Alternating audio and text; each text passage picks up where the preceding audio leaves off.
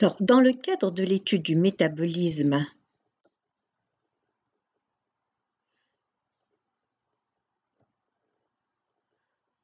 des glucides et plus exactement leur catabolisme, au cours de notre deuxième séance, nous avons étudié la phase préparatoire de la glycolyse. Aujourd'hui, au cours de cette troisième séance, nous allons étudier la phase de récupération de l'énergie, ce qu'on va appeler la phase rentable. Cette phase rentable, c'est la phase qui va partir de la réaction numéro 6 jusqu'à la réaction numéro 10 de la glycolyse. Alors, la réaction numéro 6, c'est une réaction d'oxydation phosphorylante du phosphoglycéraldéhyde en 1,3-biphosphoglycérate. Alors, cette réaction, elle est catalysée par la phosphoglycéraldéhyde déshydrogénase. C'est une enzyme qui est allostérique. Elle est constituée de 4 sous-unités dont le poids moléculaire est de 148 000. Donc, le substrat, ce sera le phosphoglycéraldéhyde. Cette molécule, ce substrat, va se fixer sur l'enzyme et sur le groupement S de l'enzyme. Au cours de la formation du complexe enzyme-substrat, puis il va y avoir une réaction d'oxydation. La fonction aldéhyde va se transformer en une fonction acide. Donc, il va y avoir perte des hydrogènes qui sont là et des électrons qui vont être captés par le NAD+ et se transformer en NADH. C'est un NADH, rappelez-vous, un NADH cytoplasmique. Et on reviendra, on expliquera le devenir de cette molécule. Donc, ici, il va y avoir, toujours, c'est le complexe, l'enzyme est toujours attaché à ce produit qui vient d'être synthétisé. Puis, on va avoir une phosphorylation par un phosphate inorganique et il va y avoir hydrolyse de cette liaison et fixation de ce phosphate sur cette liaison. Et la molécule obtenue, c'est le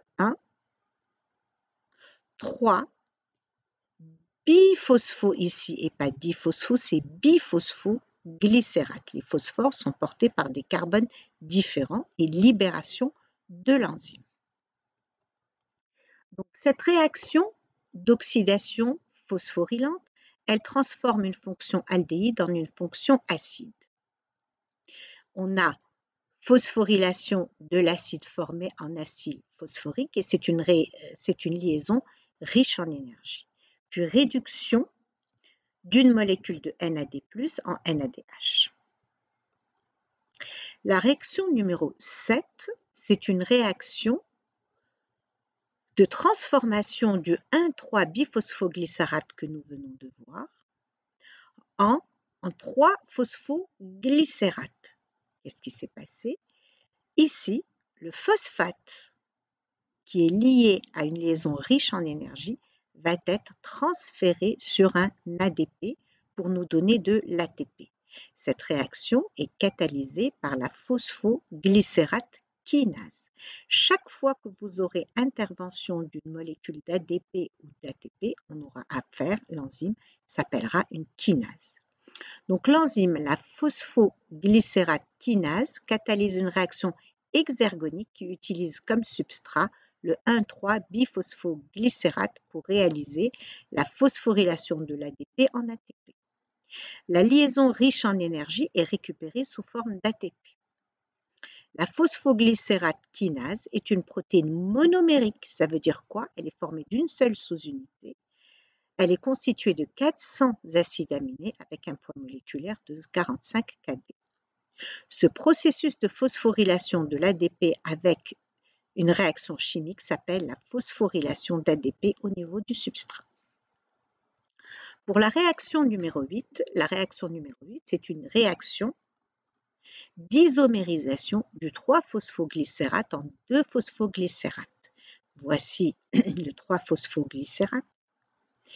Et il va y avoir une réaction d'isomérisation, donc une mutation du phosphate de cette position, de la position 3 à la position 2.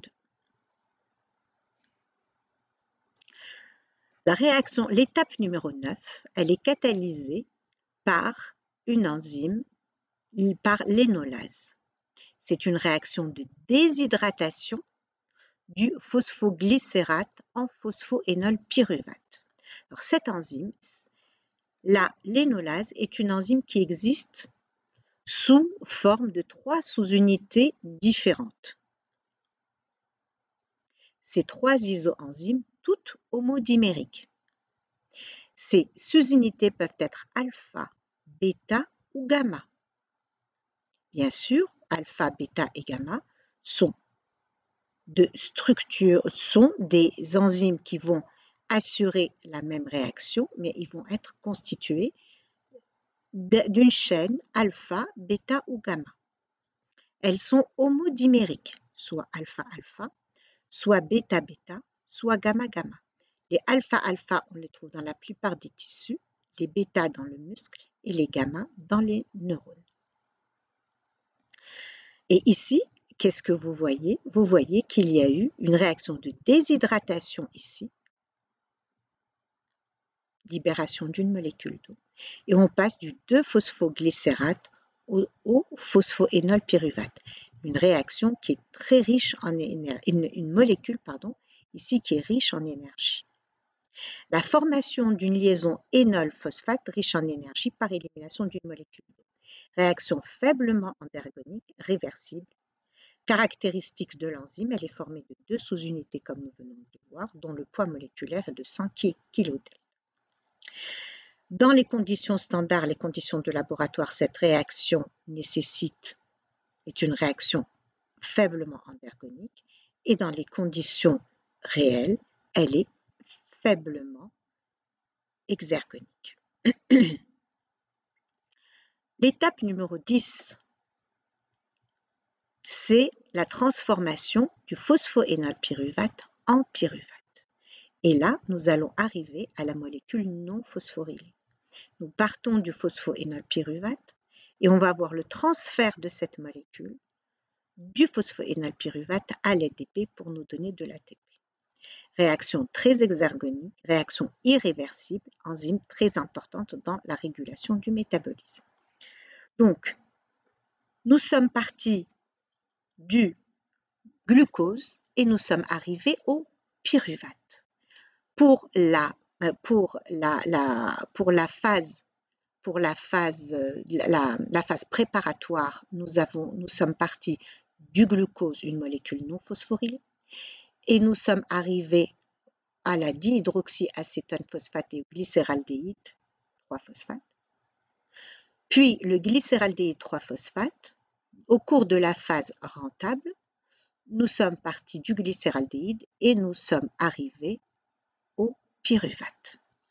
Alors, le bilan de cette phase, de la phase rentable, pour une molécule de pyruvate formée, nous avons production de 2 molécules d'ATP, une lors de la réaction de transformation du 1,3-biphosphoglycérate en 3-phosphoglycérate, et lorsqu'on a transformé le phosphoénolpyruvate en pyruvate. Voici la synthèse de 2 molécules d'ATP, avec une production de 1 molécule de NADH. Donc, lorsque on a la phase rentable, production de 2 molécules d'ATP et d'1 molécule de NADH.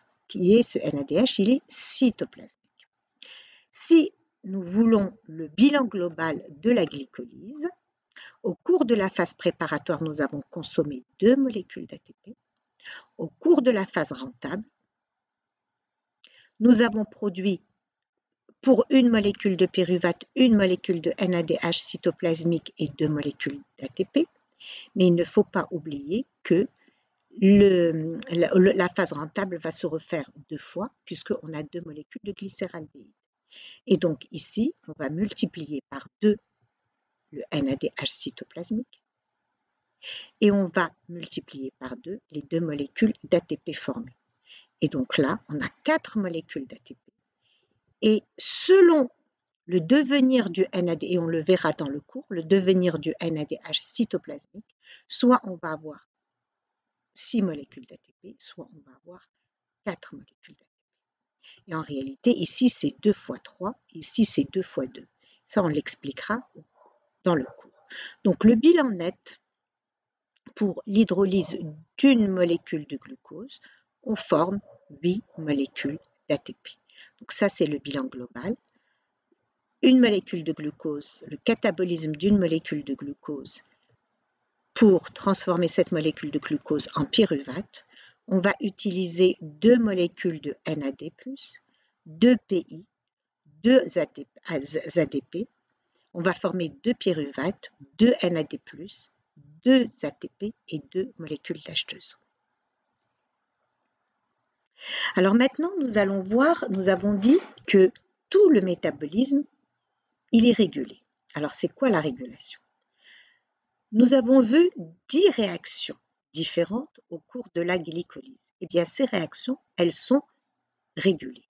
Et la régulation va se faire essentiellement au niveau des 3 réactions irréversibles que nous avons vues dans la glycolyse. Ça veut dire quoi réguler? Réguler, ça veut dire que les réactions ne vont pas toujours se faire dans n'importe quel sens. Elles vont se faire en fonction des besoins énergétiques de la cellule et on va voir comment se fait cette régulation. Alors, la régulation de la glycolyse, dans les voies métaboliques, les enzymes qui catalysent des réactions essentiellement irréversibles sont des sites potentiels de contrôle. Alors, il existe plusieurs types de contrôle. Il y a les contrôles allostériques, les inhibitions compétitives par le produit, les modifications covalentes et le contrôle transcriptionnel. Alors, allostérique, ça veut dire quoi? Alors, il existe des enzymes de type michaélien et des enzymes de type allostérique.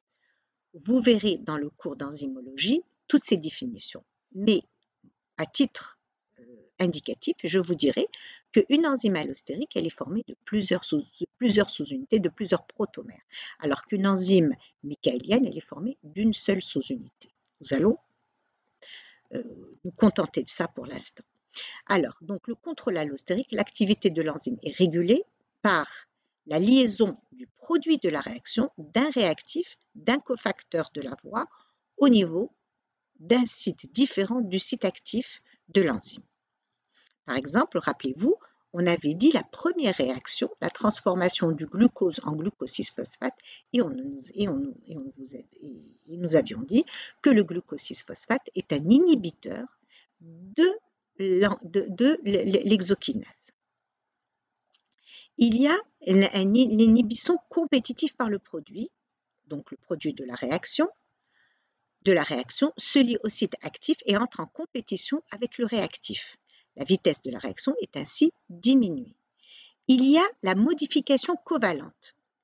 Et tout ça, ça intervient au niveau de l'enzyme. Modification covalente, l'activité est différente dans chacun des 2 états de l'enzyme. Ceux-ci sont déterminés par une modification covalente comme la phosphorylation. Ça veut dire quoi? Une enzyme est une protéine. D'accord? Cette protéine, elle est formée d'un ensemble d'acides aminés.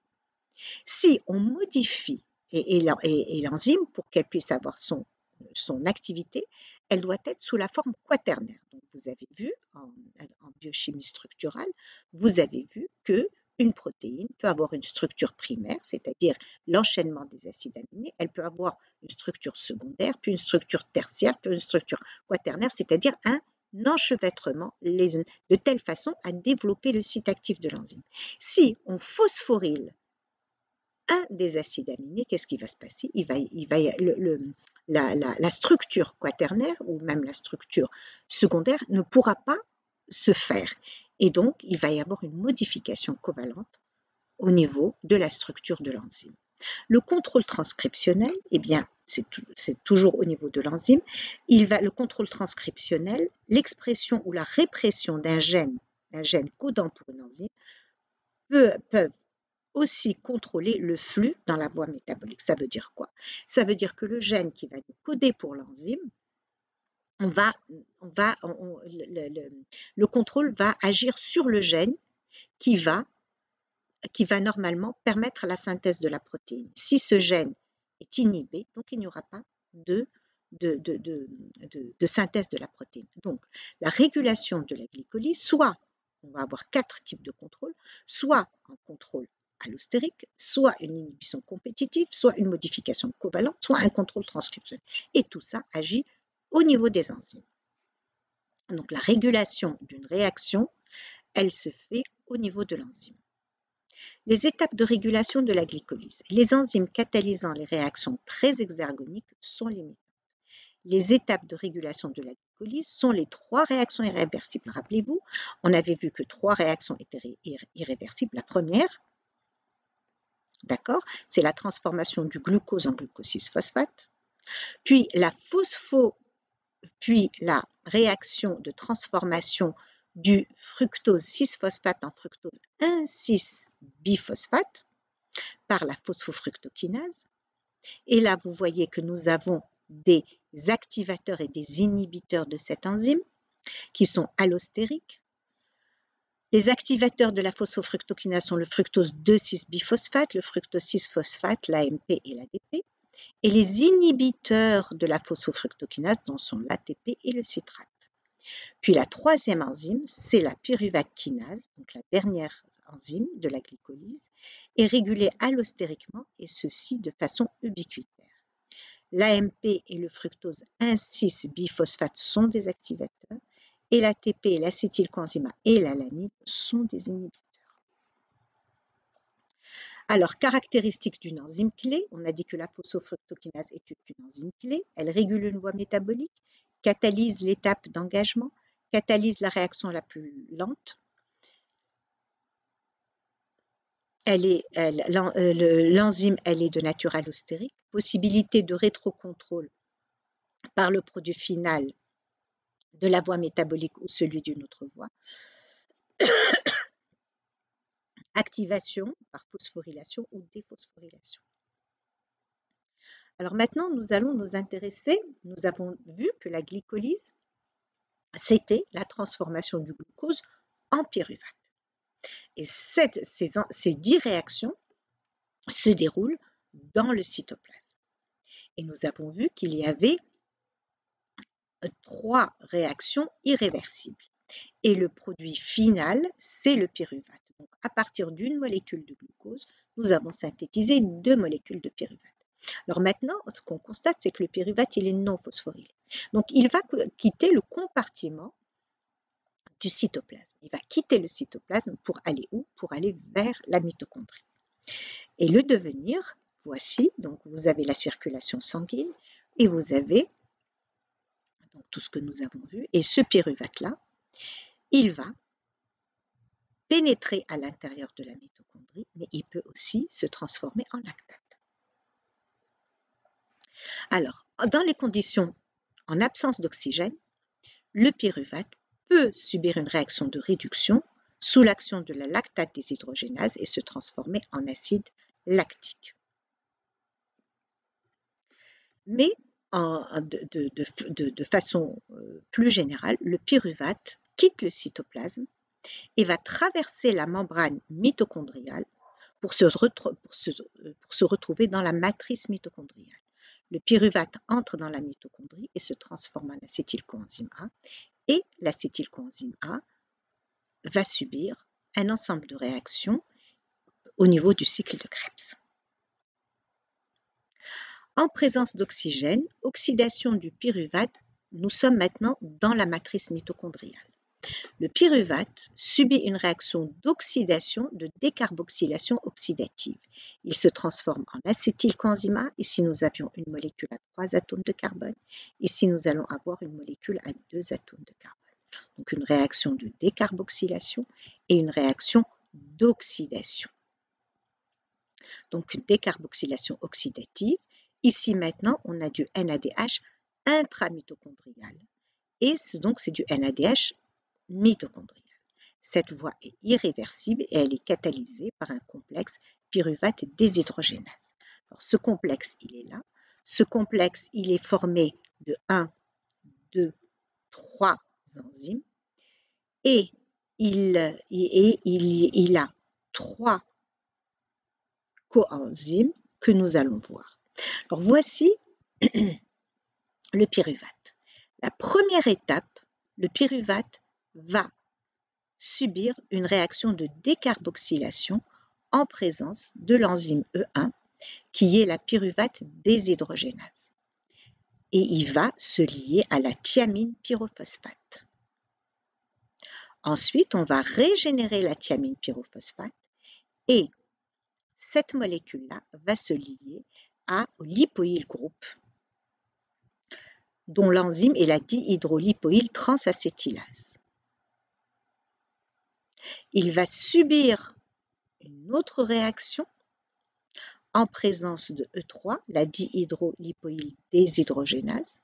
Ici, on va libérer en présence du coenzyme ASH, on libère l'acétylcoenzyme A, qui est un produit terminal, mais il faut régénérer le lipoyl groupe. Donc ici, nous avons une troisième enzyme, la dihydrolipoyl déshydrogénase, dont le cofacteur, c'est le FAD.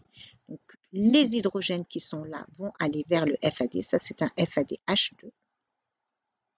Puis, il va y avoir intervention du NAD+, et on va avoir du NADH.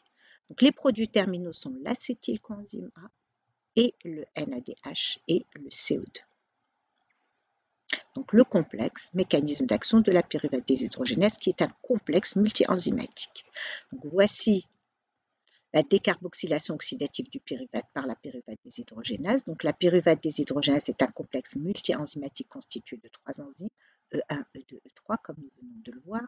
La réaction met en jeu 5 coenzymes, la thiamine pyrophosphate, l'acide lipoïque, le FAD, le NAD et l'acétylcoenzyme A, et le coenzyme ASH, pardon. Et donc, le produit final, c'est l'acétylcoenzyme A plus le CO2 plus le NADH.